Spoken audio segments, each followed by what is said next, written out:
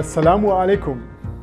Last time we have talked about the accusation against Christians who falsified the Bible. And we have studied a couple of texts who show that not the text has been falsified, but the interpretation. But I promise you to investigate the 4 texts that say in the Koran that the Bible has been falsified. 4 times the word harafa is used in the Quran in connection with the Bible. By the way, the Bible, Torah, Zabur, Injil, yeah. Torah means in the Torah, the law, Zabur, the Psalms, and Injil, an Arabization of the Greek word evangelium, the gospel. So the first text is Al-Baqarah.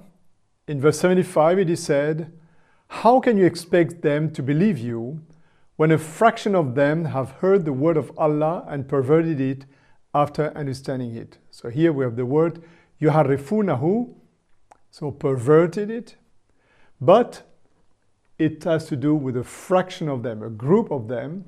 I like the word fraction because it's the same word like in Arabic, fariq, which means a separation. In English, it can mean a short period of time, a fraction of a second, or it can mean a political fraction, which means a group that's separated. What the Quran wants to say here that only a few of them, a few separated, have harafa. So if the text has been changed, it means that mainstream Christianity has the genuine text and only a small group have changed it, so there are 2 Bibles at the end. But my friend, there's only one Bible.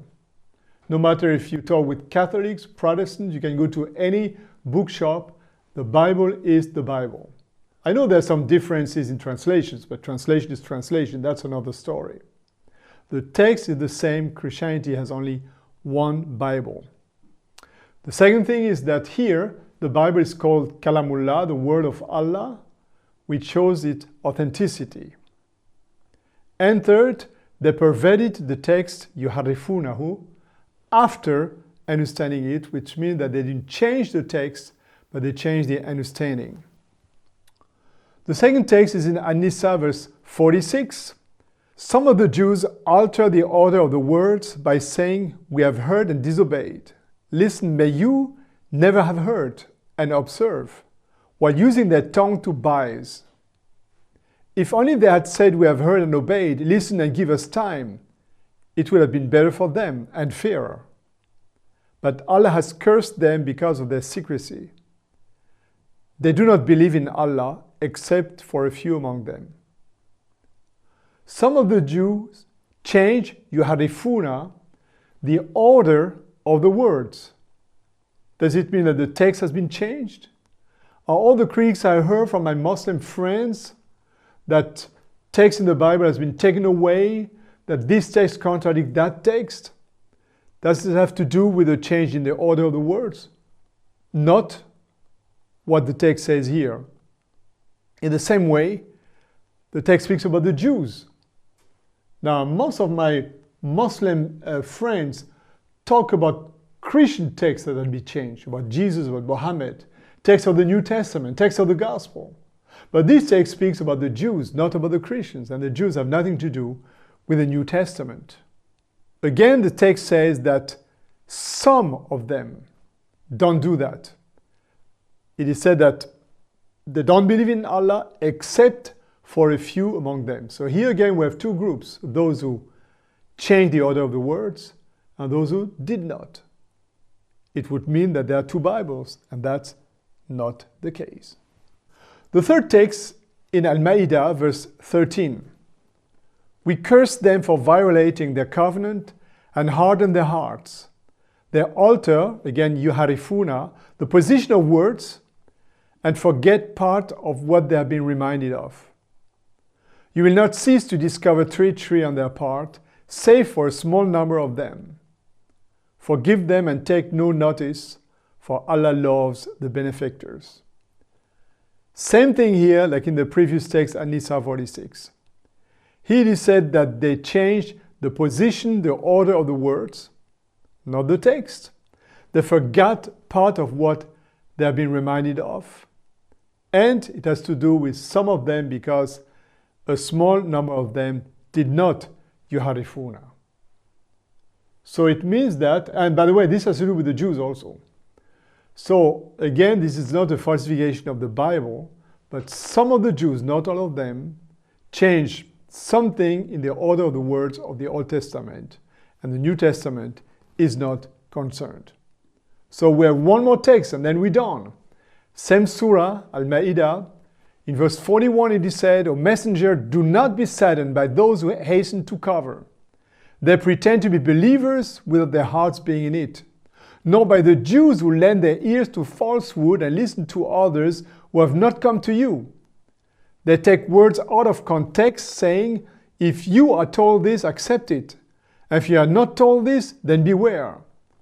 Let those who think they are escaping divine punishment know that they have no protection from Him. They cannot expect Allah to purify their hearts. So to them belongs shame in this world and punishment in the next. Again here, they take words out of context. Yuharifuna, same word, harafa, which has to do with not changing the order of the words this time, but taking words out of context. So here it's very clear that the text is not changed, but the context is manipulated, the interpretation. This has to do with Jews, not with Christians. So to sum it up, nowhere in the Quran is said that the text has been changed, but that some people have changed the interpretation by doing several things, the way they read, the way they order the words, the way they interpret the context, and so on, but not a change of the word. Summarizing, a fraction of them, among those who call themselves Christians, among the Jews, some changed the position of the words, some took the words out of context, and here again, other text for you to check what I say. As you see, we can trust what the Quran says when it invites us to believe in Allah and His Messenger, in the book He sent down to His Messenger, and the book He sent down before, which is the Bible. And the text continues by warning us, whoever conceals anything about Allah, His angels, His books, His Messenger, and the last day is in perdition and misguidance. My friend, we have no reason to believe that we are misguided, neither by the Quran, not by the Bible. God will bring us through all the troubles of this world to the ultimate goal, which is paradise. And that's why God gave us these books that are trustworthy. We can really rely on them. Thank you very much. So we'll continue next time by showing more texts in the Quran, talking about the Bible, and you will be amazed what the Quran says. Don't forget to subscribe and to put a like if you like this program, to recommend us, and see you next week.